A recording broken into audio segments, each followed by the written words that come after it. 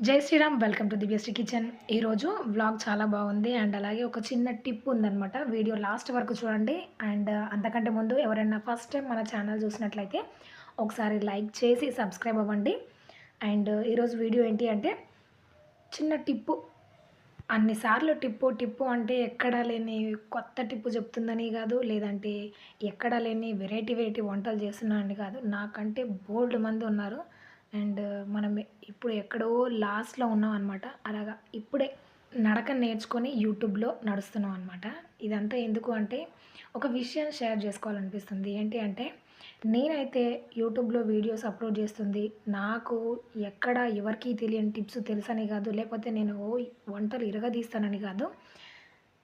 నేను just YouTube నుంచి వచ్చే మనీని మా ఇంట్లో వాళ్ళకి కాస్త హెల్ప్ఫుల్గా ఉందామని స్టార్ట్ చేసిన. అండ్ ఇంకో విషయం ఏంటి అంటే ఈ యూట్యూబ్ ఛానల్ పెట్టినప్పటి నుంచి నేను చేసే పని కంటే కూడా ఇంకా నాకు ఎక్స్ట్రా పనే తప్పితే తగ్గిందేమీ లేదు. ఒక సామెత ఉంది మన తెలంగాణలో, ఎగిరెగిరి దంచిన అదే కూలి, ఎగరకుండా దంచిన అదే కూలి అని. నేను యూట్యూబ్ ఛానల్ స్టార్ట్ చేయకముందుకు నాకు అదే పని అండ్ చేసిన తర్వాత కూడా అదే పని. కానీ యూట్యూబ్ సక్సెస్ అయితే ఇక్కడి నుంచి కూడా ఒక సోర్స్ వస్తుంది కదా మనీ రావడానికి అన్న ఉద్దేశంతోటి నేనైతే వీడియోస్ కొంచెం నాకు ఇబ్బందిగా అనిపించినా కూడా వీడియోస్ తీసుకోవడం, ఎడిట్ చేసుకోవడం, వాయిస్ ఓవర్ ఇచ్చుకోవడం, ఇట్లా అప్లోడ్ చేయడం చేస్తూ ఉంటాననమాట. ఎందుకంత బాధ అంటే చెప్తున్నాను కదా, ఇంట్లో వాళ్ళకి కాస్త సహాయంగా ఉండాలని.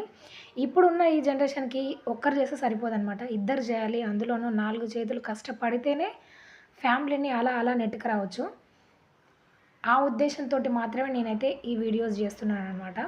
అండ్ ఒకే టాపిక్‌ని ఎంచుకొని వీడియోస్ చేస్తే అందరికి సక్సెస్ రావచ్చు, రాకపోవచ్చు. కాబట్టి నాకు తెలిసిన కొన్ని విషయాలు ఒక వ్లాగ్ రూపంలో ఎడిట్ చేసి పోస్ట్ చేస్తే బావుంటదనిపించి నేను ఇట్లా వ్లాగ్స్ చేస్తున్నాననమాట. స్టార్టింగ్‌లో వ్లాగ్స్ చేయాలని నాకు కూడా ఇంట్రెస్ట్ ఉండకపోయేది. అంత పెద్ద లెంతీ వీడియోస్ చేయాలి అన్న కొంచెం టైం సరిపోవచ్చు, సరిపోకపోవచ్చు.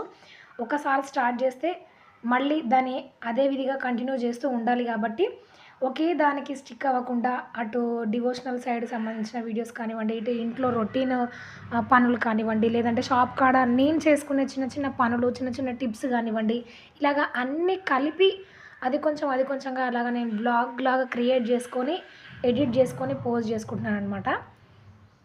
ఏదేమైనప్పటికీ ఎవరు ఏమనుకున్నా నేను కష్టపడేది నా కోసం, నా పిల్లల కోసం, నా ఫ్యామిలీ కోసం గదా! ఎవరో ఏదో అనుకుంటారని జెప్పేసి నేనైతే ఆపే ప్రసక్తి అయితే లేదు. అండ్ మీరు ఎంకరేజ్ చెయ్యకపోయినా పర్వాలేదు. కానీ చేసేవాడిని మాత్రం డిస్కరేజ్ జేయొద్దు. అదొక్కటి కోరుకునేది. ఇప్పుడు నేను చేసే ఈ వీడియోలో సక్సెస్ లేకపోవచ్చు. కానీ చేయగా చేయగా సక్సెస్ రాకుండా ఉండదు గదా! ఎప్పుడో ఒకప్పుడైతే వస్తూ ఉంటుంది. అండ్ అదే ఏదో ఒక మనకి చిన్నప్పుడు స్కూల్‌లో చదువుకున్నప్పుడు ఒకటుంది చూడండి. 18 సంవత్సరాల పాటు దండయాత్ర చేసిండు 'గజనీ మహమ్మద్.' అట్లా నేను యూట్యూబ్ మీద యుద్ధం చేస్తూనే ఉంటాననమాట. నా ఫస్ట్ ఇన్‌కమ్ వచ్చేంత వరకు. అండ్ మీరు కూడా భరిస్తూనే ఉండాలనమాట. అండ్ అలాగే డిస్కరేజ్ చేసేవాళ్ళు ఎంతమందున్నారో అంతకంటే ఎక్కువే ఎంకరేజ్ చేసేవాళ్ళు ఉన్నారనమాట. అట్లా ఎంకరేజ్ చేసే వాళ్ళని మైండ్‌లో పెట్టుకొని మనం ముందుకు వెళ్ళాలి తప్ప, మనని తక్కువ చేసి, మనని ఏమంటారు కొద్దిగా బాధ పెట్టే రకంగా మాట్లాడే వాళ్ళ మాటలు పెట్టుకుంటే మాత్రం మనం ఒక్క అడుగు కూడా ముందుకేయలేమనమాట. అండ్ లాస్ట్ చెప్పొచ్చేది ఏంటి అంటే నేను, ఎవడి పని వాడిని చేసుకోనివ్వండి. ఒకడు వాడి పని వాడు చేసుకోవడం వల్ల పక్కన వాడికి ఇబ్బంది లేకుండా ఉండి, ఇంట్లో వాళ్ళు ఇబ్బంది, అసౌకర్యం లేకుండా ఉంటే ఏ పనైనా చేసుకోవచ్చండి. ఆఖరికి బయట కాయగూరలు అమ్ముకోవచ్చు. అంటే అది తక్కువ పనని కాదు నేను చెప్పేది. చెప్పులు కుట్టైనా బతకొచ్చు. ఏ పనైనా చేసుకోవచ్చు. ఇది అని కాదు. గౌరవము మనం చేసే పనుల్లో ఉండదు. మనం ప్రవర్తించే తీరులో ఉంటది. అయ్య బాబోయ్! ఎంత పెద్ద డైలాగ్ వచ్చిందో. అండ్ నాకొచ్చిన 4 పనులు కడగడము, తోమడము, క్లీన్‌గా ఉంచుకోవడము, నాకు నా పిల్లలకి వండి పెట్టుకునే చిన్న చిన్న వంటలు పోస్ట్ చేసుకోవడము, అండ్ వచ్చి రాని 2, 3 స్టిచ్చింగ్ వీడియోస్.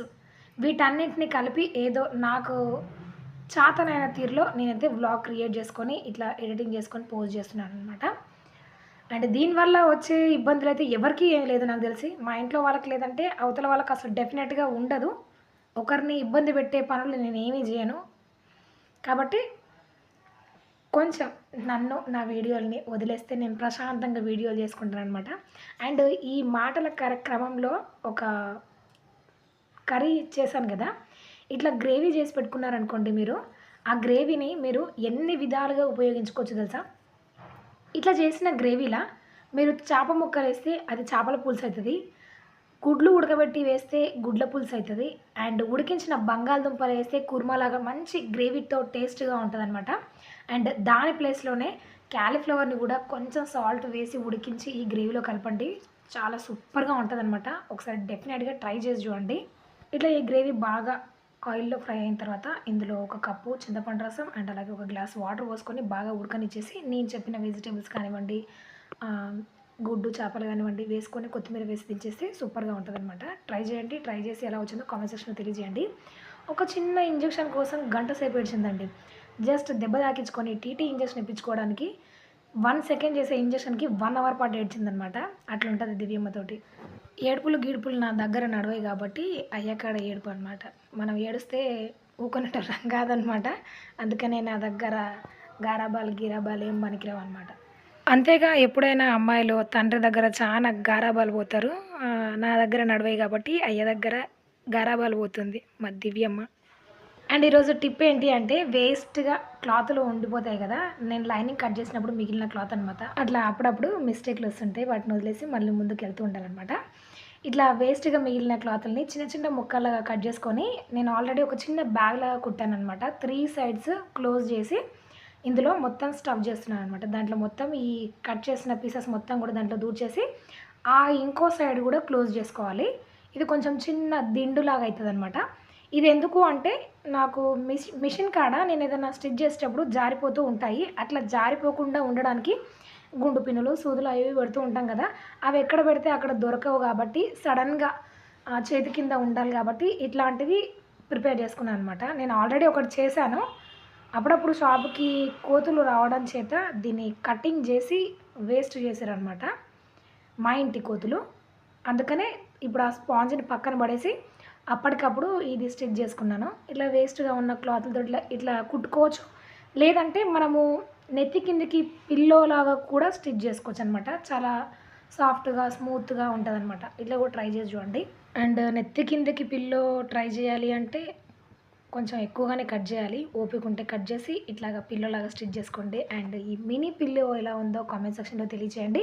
ఇది అయిపోయిన తర్వాత నేనైతే ఇది యాక్చువల్‌గా స్టిచ్ చేసింది దీనికోసం అనమాట. ఇది కట్ చేస్తున్నప్పుడు ఊకే అటు ఇటు కదులుతూ ఉందని చెప్పేసి అప్పటికప్పుడు దాన్ని స్టిచ్ చేసి ఆ గుండు పిల్లలు దాన్ని గుచ్చేసి ఇది కటింగ్ ప్రోగ్రామ్ పెట్టుకున్నాను. ఇది వచ్చేసి లాంగ్ ఫ్రాక్ క్రాస్ కటింగ్ అదే అంబ్రెల్లా కటింగ్ అంటారు కదా! అదనమాట.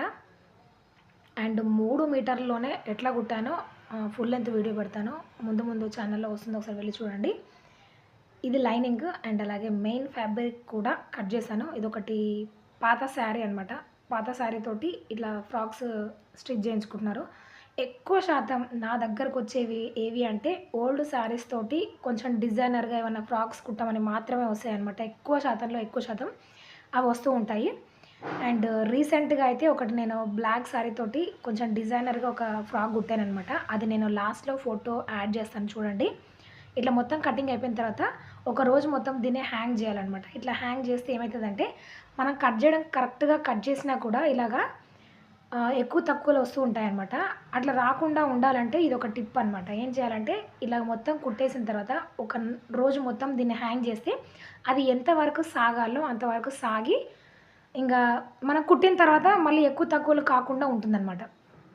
వీడియోలో చూపిస్తున్నట్టుగా లెఫ్ట్ సైడ్ ఇట్లా పట్టుకోవాలి. రైట్ సైడ్ అదే విధంగా అటువైపు నుంచి కూడా ఇలా పట్టుకొని స్ట్రెయిట్‌గా పైనుంచి కింది వరకు ఒక స్కేల్ పట్టుకొని కిందికి ఇలా అనేసి స్ట్రెయిట్‌గా ఒక మార్క్ చేసుకొని కట్ చేయాలన్నమాట. అది చేద్దాము అంటే ఒక చేతిలో ఫోను, ఇంకో చేతిలో క్లాత్ సెట్ అవ్వలే అనమాట. టైంకి పక్కన ఎవరు గూడా లేరు. అండ్ నేను చెప్పినట్టుగా అట్లా ట్రై చేయండి. మీకు ఎక్కువ తక్కువలో కాకుండా వస్తాయి. ఈ ఎక్స్‌ట్రా మొత్తం పోయి మీరు ఎన్ని సార్లు వాష్ చేసినా గూడా స్ట్రెయిట్‌గా ఉంటదనమాట ఫ్రాక్ అనేది. ఇదొచ్చేసి శారీతో కుట్టిందనమాట. మధ్యలో నేను ఇట్లా ఎలాస్టిక్ పెట్టాను. చూడటానికి కొంచెం డిజైనర్ లాగా కనిపిస్తుందని. అండ్ హ్యాండ్స్ వచ్చేసి ఇవి రఫుల్ హ్యాండ్స్ అయితే కావు. నేను లేయర్స్‌గా పెట్టాననమాట. ఓన్లీ ఇది స్ట్రెయిట్ పీసు. వన్ సైడ్ ఇలా పీకో చేసి 3 స్టెప్స్ లాగా పెట్టాననమాట. ఫ్రాక్ కూడా 2 లేయర్స్‌గా కుట్టాననమాట. శారీ మొత్తం కూడా యూజ్ అయిపోతుంది ఇట్లా కుడితే. అండ్ గేరా కూడా చాలా బాగొస్తది. దీనికి నేను వైర్ పీకో అంటారు కదా! మధ్యలో వైర్ పెట్టి పీకో చేస్తాం కదా! అది చేశాననమాట. దానివల్లనే ఈ ఫ్రాక్ ఇంకా కొంచెం చూడటానికి చాలా బాగా కనిపిస్తదనమాట. ఇట్లా బ్లౌజుల కంటే నాకు ఇలాగ ఫ్రాక్స్ కుట్టడానికి మాత్రం ఎక్కువగా వస్తాయనమాట. టాప్స్ అండ్ పంజాబీ డ్రెస్సులు, ఫ్రాక్స్ ఇట్లాంటివి వస్తూ ఉంటాయి. అండ్ ఆఫ్‌కోర్స్ బ్లౌజుల కంటే ఇవే నాకు కొంచెం బెస్ట్ అనిపిస్తది. తొందరగా అయినట్టుగా అనిపిస్తది. నచ్చని పని కంటే నచ్చిన పని చేస్తే కొంచెం పని ఎక్కువైనా గూడా చేయాలన్నట్టుగా అనిపిస్తది గదా! బ్లౌజుల కంటే ఇట్లా ఫ్రాక్ కుట్టడమే నాకిష్టం అనమాట. ఇది నా యూట్యూబ్ బాధ. నచ్చితే లైక్ జేయండి. నచ్చకపోయినా గూడా లైకే జేయండి. అండ్ ఈ వీడియోలో ఏం నచ్చిందో కామెంట్ సెక్షన్‌లో తెలియజేయకుండా మాత్రం ఉండకండి. అండ్ ఒకసారి గ్రేవీ ట్రై చేయండి. ఎలా వచ్చిందో కామెంట్ సెక్షన్‌లో తెలియచేయండి. ఇందులో ఏ ఫ్రాక్ నచ్చిందో చెప్పండి. మీ ఫ్రెండ్స్ అండ్ ఫ్యామిలీ మెంబర్స్‌కి షేర్ చేయండి. మరికొన్ని ఇలాంటి డిఫరెంట్ వీడియోస్ కోసం ఛానల్‌ని సబ్స్క్రైబ్ అవ్వండి. Thank you for watching. జై శ్రీరామ్. జై జై శ్రీరామ్.